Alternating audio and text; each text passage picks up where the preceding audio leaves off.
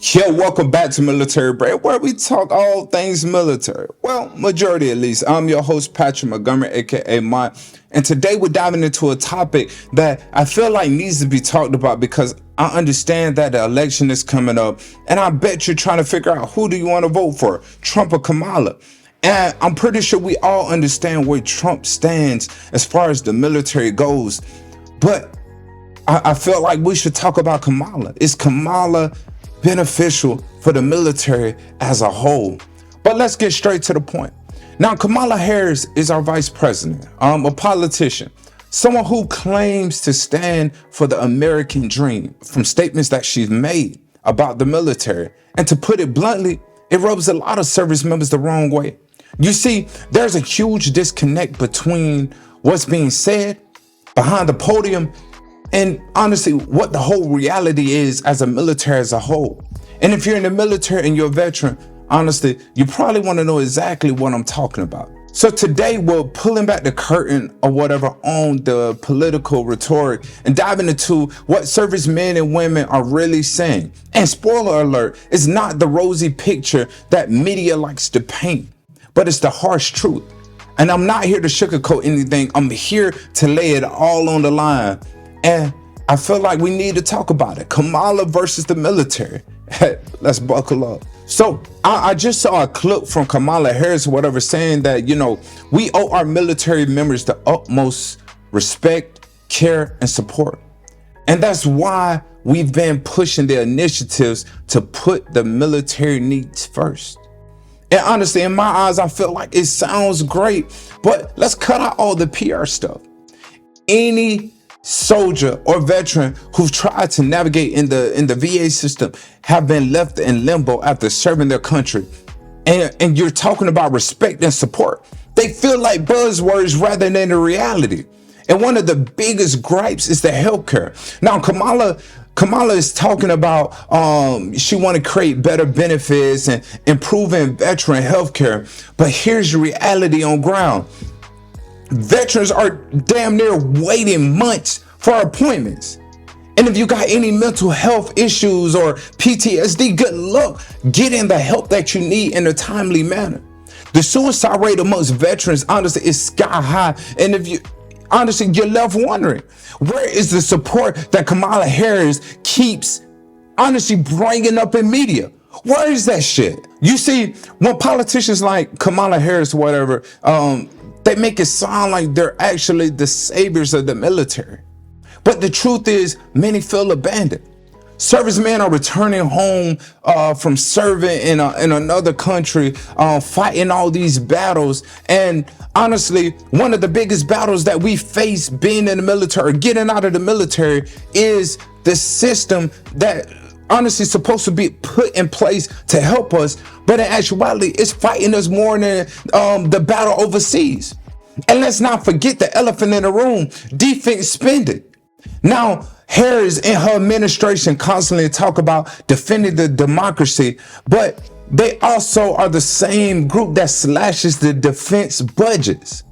And you want to know what that means? It means that servicemen that's deployed overseas have to deal with outdated equipment, lack of proper support, less resources than they actually have to do their jobs. Do you think politicians honestly use faulty gear?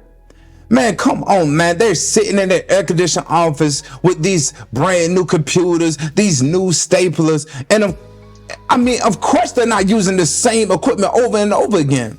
But servicemen and women, they're out here with these broken down vehicles, this broken equipment, struggling to make things work. And it's not just about the equipment, but it's about the constant deployments.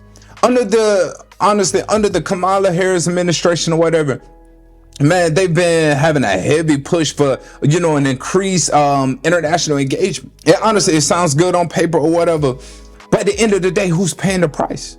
Not the politicians, not you at home, but it's the military men and women, like these people in uniform. They're getting sent back and forth to the battlefield or whatever, often with little to no recovery time after these deployments. Meanwhile, everybody else is back home And their families are left to pick up the pieces. So when Kamala Harris is talking about putting the military people first, it makes you wonder, who is she talking about? Because from where most people are standing, it sure doesn't seem like the military is getting the respect that it deserves. And honestly, I feel like, from my perspective, I feel like politicians are out of touch. People like Kamala Harris have no idea like what's really going on the ground. They give their speeches, but we're the ones out there having to suffer the consequences. Politicians are sitting in Washington like Kamala Harris, and honestly, they're not dealing with the everyday, day-to-day grind that a bunch of people in the military have to face. Honestly, they have no clue what it means to risk your life, only to return home and to be treated like a statistic and having to deal with the disconnect. But on the other hand, Kamala Harris, she can smile in front of the camera. She could talk how much she supports our troops or whatever. But if you ask anyone in the military, the consensus is clear. Actions speak louder than words. And the actions, in my eyes, they're not matching up. They're not matching up whatsoever. And I'm tired of being used as a prop. They say they support us, but the time comes and I don't ever see them fall through. It's just a bunch of broken promises. And there's more. Let's talk about Afghanistan. Now, Harris was a part of an administration that oversaw like the most chaotic and embarrassing military withdrawals in modern history. Servicemen and women spent years over there, losing friends, limbs, mental peace, saw everything that they fought for collapse in a matter of days. People have a strong opinion about this, but the overwhelming response from those who served is clear: betrayal. Harris and her administration left people hanging, lives lost, resources wasted, and for what? This is the reality that no one is talking about on the news. So yeah, the topic at hand is Kamala Harris versus the military. And the truth is, servicemen and women feel let down. They feel like the administration is more interested in making headlines than to actually make a change that's actually supporting and protecting our country as a whole. And I know some people won't want to hear this. It's not a popular narrative, but it's the reality that many in the military are living every day. We don't need more speeches from politicians like Kamala Harris. We need action, real, tangible change for the men and women that sacrifice everything for this country. And don't just take my word for it. Ask any vet. Because honestly, in all actuality, the truth is out there. You just got to find it. But that's all I have for you guys. Thank you for watching. And if you're served or, you're currently serving now or whatever, hey, feel free to, drop a comment down below or whatever, because I love to hear your opinion on this whole election situation. I know November 5 is around the corner or whatever, and the election time is coming. But who are you voting for?